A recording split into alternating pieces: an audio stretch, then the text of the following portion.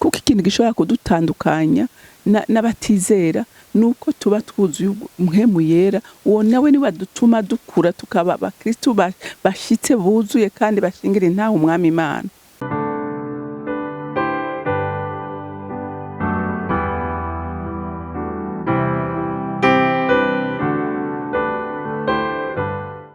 Bakunzi ba CANAAN TV, ndanezerewe kandi gusubira guhura namwe ngo tuganire ijambo ry'Imana. Ariko imbere yuko dutangura kuganira, reka tubanze dusenge. Uri mwiza Mana kandi ugira neza, uri Imana idukunda kandi turindira mu buntu bwayo. Ngushimiye umunsi uduhaye mwiza w'umugisha, kuko nzi neza ku munsi wose waremye mwami Imana ujanye n'umugisha wawe. Nsengera n'umuntu wese azokumvira ijambo kugira ngo ahora agendera mu bugombe bwawe uko bukeye n'uko bwije, kuko abarongorwa nawe mwami Imana atana rimwe bazimira. Abarongorwa nawe mwami Imana bagirirwa neza uko bukeye n'uko bwije. None ndakwinginze ngo imitima yacu ihore iri maso, kuko tutazi umunsi wo kugaruka ku mwami wacu Yesu Kristo. Duhorane umutima witeguye kandi uhora urindiriye Imana uko bukeye n'uko bwije. Mana ndagushimiye kandi ndakuninahaje, icubahiro cyose n'amashimwe yose aba yawe. Nkaba ndabisenze ndabyizeye kuvyumvise mu izina rya Kristo Yesu, amen, amen. Rero ijambo Imana yampaye kuganira namwe uyu munsi riravuga ngo duhere twiteguye, kuko tutazi umunsi n'isaha yo kugaruka ku mwami wacu Yesu Kristo. Abana b'Imana n'ukuri turakwiye kuba maso, kandi twarabonye yuko ibintu Yesu yavuze byerekana kugaruka kwiwe, ibimenyetso byinshi biramaze gushika. Ari naco gituma abana b'Imana tudakwiye gusinzira, ariko dukwiye guhora turi maso. Reka dusome muri Matayo igice ca 25, turasoma kuva ku murongo wa mbere dushikane ku murongo wa 12. Yavuga ngo umugani w'inkumi 10. Ico gihe ubwami bwo mwijuru buzosa n'inkumi 10 zajanye amatara yazo zija gusanganira umukwe. 5 muri abo bari bijuju, abandi 5 bari abanyabwenge. Kuko vya bijuju mu kujana amatara yavyo bitajanye n'amavuta, ariko abanyabwenge bo bajyananye n'amavuta mu macupa yabo hamwe n'amatara yabo. Umukwe agitebaganye bose barahunyiza, barasinzira. Mu gicugu humvikana ugwamo ngo nguyu umukwe nimusohoke mu musanganire. Buno za nkumi zose zirazanzamuka zitunganya amatara yazo. Vya bijuju bibwira abanyabwenge biti, nimuduhe se ku mavuta yanyu, kuko amatara yacu ariko arazima. Ariko abanyabwenge barabishura bati, kumbure ntiyo dukwira twese. Ivyiza nimuje kubadandaza mwigurire. Bakigiye kugura, umukwe arashika. Abiteguye binjirana nawe mu bukwe, urugi rurugagwa. Mu nyuma za zindi nkumi nazo ziraza ziti, mwami mwami nutwugururire. Nawe arabishura ati, ndababwira ukuri sindabazi.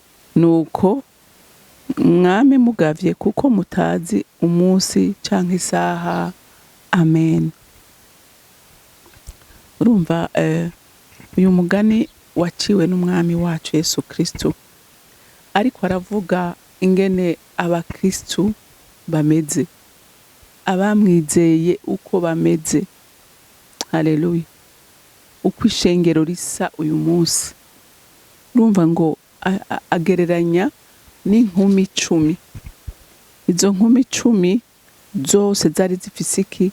Zari zifise amatara hanyuma n'amavuta. Ariko inkumi 5 amavuta yabo arahera, ntibashiramwo ayandi. Ariko izindi nkumi 5 zo zari zifise amatara kandi arimwo iki? Arimwo n'amavuta. Iri jambo rigomba gusigura iki? Iri jambo rigomba gusigura yuko abana b'Imana twakiriye agakiza, tukizera umwami Yesu twese. Agakiza twarakakiriye, ariko naho twakakiriye hariho abantu usanga atampwemu yera. Ari na rya jambo twaganira tuvugana yuko ubundi umuntu yizeye umwami akwiye guhoragira iki, yigaburira ijambo ry'Imana kugira ngo mpwemu yiwe ikure, mpwemu w'Imana abe muri we, hama kandi mpwemu yiwe ishobore gukura, ashobore kumva icyo Imana imubwira, icyo Imana ivuga, ashobore kumvikana na mpwemu yera. Haleluya. Rero aba bakobwa batanu b'ibijuju barizeye gusa, barimba ngo barakiriye umwami Yesu, ariko baraho nta kintu na kimwe bumva, byose bitunganye n'amahoro. Ariko abakobwa batanu bobo bama baveya ko amavuta asigura mpwemu yera, mpwemu yera ko yama ari muzima muri bo. Haleluya. Buzuye ubushobozi bwa mpwemu yera, bashobora gukominiya n'Imana, bashobora gukominiya na mpwemu yera, bakumva icyo ijambo ry'Imana rivuga, bakumva icyo Imana ibagombako. Haleluya. Bobo rero impwemu yabo iriteguye, bama biteguye. Ariko aba bandi batanu bisigura ko ari abakristo, ariko baraho ntaho bataniye n'abapagani, kuko ikintu gishobora kudutandukanya n'abatizera nuko tuba twuzuye mpwemu yera. Uwo nawe niwe dutuma dukura tukaba abakristo bashitse, buzuye kandi bashingira intahe umwami Imana. Haleluya. Rero ngo ico gihe ngo bakobwa bose ngo bazoba barindiriye umukwe, nkuko natwe uyu munsi twese abitwa ngo barizeye umwami Yesu, twese turazi ko azogaruka, turabizi. Ariko hariho abazi kumengo azogaruka kera, umengo hariho ikindi kintu kizokoreka kugira ngo bumve ko igihe c'ukuza kwiwe kigeze, ntibamenye ibihaho bigeze. Haleluya. Aba bakobwa batanu b'ibijuju ntibashobora kurimbura ku bihe. Haleluya. Ntibashobora kurimbura ku bihe ngo bamenye igihaho kigeze, ariko aba batanu bo, haleluya, barimbura ku gihe. Hariho abakristo bari maso, bazi neza igihaho kigeze, bazi ko umwami Imana ari kw'irembo, kuko ivyo yavuze byose ibimenyetso vyerekana kugaruka kwiwe, barabirimbura ko ku munsi ku munsi. Haleluya. Haleluya. Bama biteguye, barazi ko inzamba y'akabanga umwanya uwo ari wo wose ishobora kuvuga umwami Yesu akaza agatwara ishengero. Haleluya. Ariko abandi bameze nka babandi cyagihe ca Nowa, bari bicariye bakaza bakafasha na Nowa kubaka ubwato, bamwereka naho amazi ashobora guca, bakabikunda, bakamufasha, bakamuba hafi. Ariko kubwinjiramwo, haleluya, kubwinjiramwo bikabagora. N'uyu munsi hariho abantu vy'ukuri kwinjira ngo binjire mu bwami vy'ukuri, barongogwe n'uko ijambo ry'Imana bivuga, bibagora. Ibintu baravyumva, barabikunda, ariko kuvyinjiramwo, haleluya, kurimbura kuri ijambo si vyabo. Amen.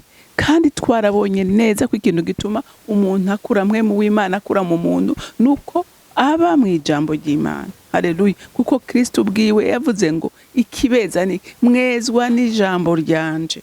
Haleluya. Ijambo ry'Imana niryo ritweza, ijambo ry'Imana niryo ridukuza, ijambo ry'Imana niryo ridukomeza. Haleluya. Niryo rituma tumenya n'ibihaho bigeze. Uyu munsi none ubimenya gute utabirimburako? Haleluya.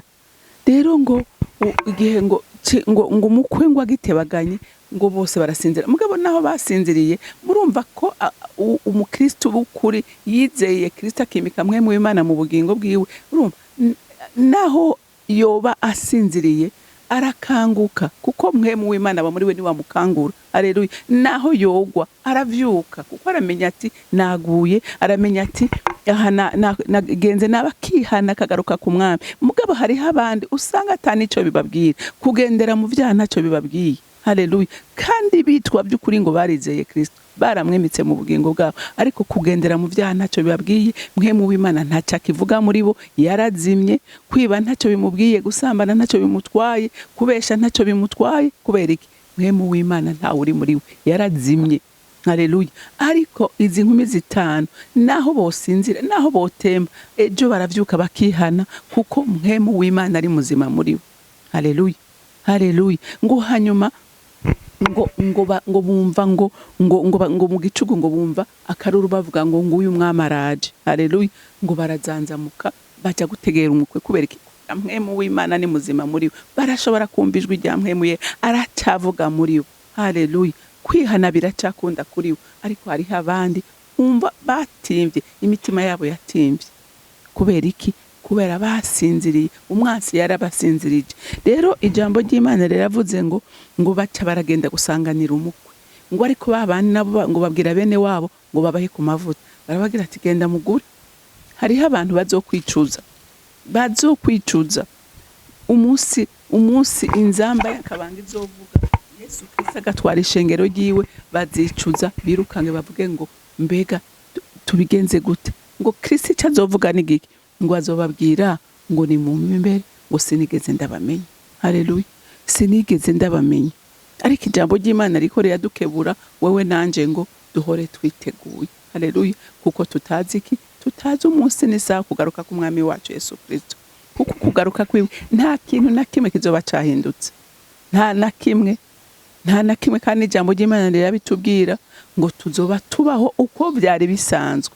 Ngo bamwe barongora bubaka amaze amaproje ahari, uja ku kazi bisanzwe, ikintu cyose gikoreka, nta shanje mizoba yahabaye. Haleluya. Ariko abafise amatara arimwo amavuta, abafise mpwemu w'Imana muri bo bahora barimbura ku bihe. Haleluya. Bakarimbura igihe aho kigeze. Umwami Imana umunsi yaje gutora ishengero bazokumva, ngo naho bazoba ari mwijoro. Haleluya. Baryamye bazokumva ijwi ry'umumarayika uhoraho. Hanyuma kuko mpwemu w'Imana avugana na mpwemu yacu avugana na mpwemu w'Imana. Haleluya. Rero abiteguye, abo mpwemu yera ari muzima muri bo nibo bazomwumva. Rero umuntu w'Imana ndakwifuriza ngo ureke gusinzira, igihe kigeze kure, umwami wacu ari kw'irembo. Haleluya. Rero ntuzuba umuhombe ngo uzugenda udodora kubwire ngo sinigeze ndakumenya. Haleluya. Kuko by'ukuri abamwizeye, abarimbura ku bihe, abarimbura ku ijambo, abo nta kabuza ijwi ry'inzamba bazoryumva. Rero Imana yo mwijuru ibampera umugisha, mugira umunsi mwiza, mwarahezagiwe.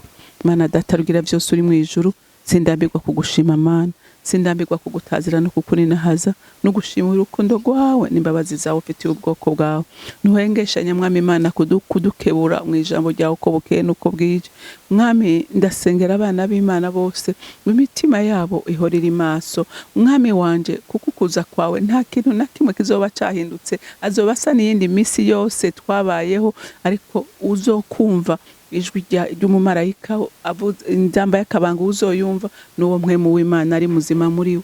Ndakwinginze rero ngo abana b'Imana twese dukanguke, duhore turi maso, kuko igihe kirihuse. Mwami wanje ntihagire uzoba umuhombe. Ndagushimiye kandi ndakuninahaje, icubahiro n'ishimwe bibi byawe, nkaba ndabisenze ndabyizeye kuvyumvise mu izina rya Kristo Yesu.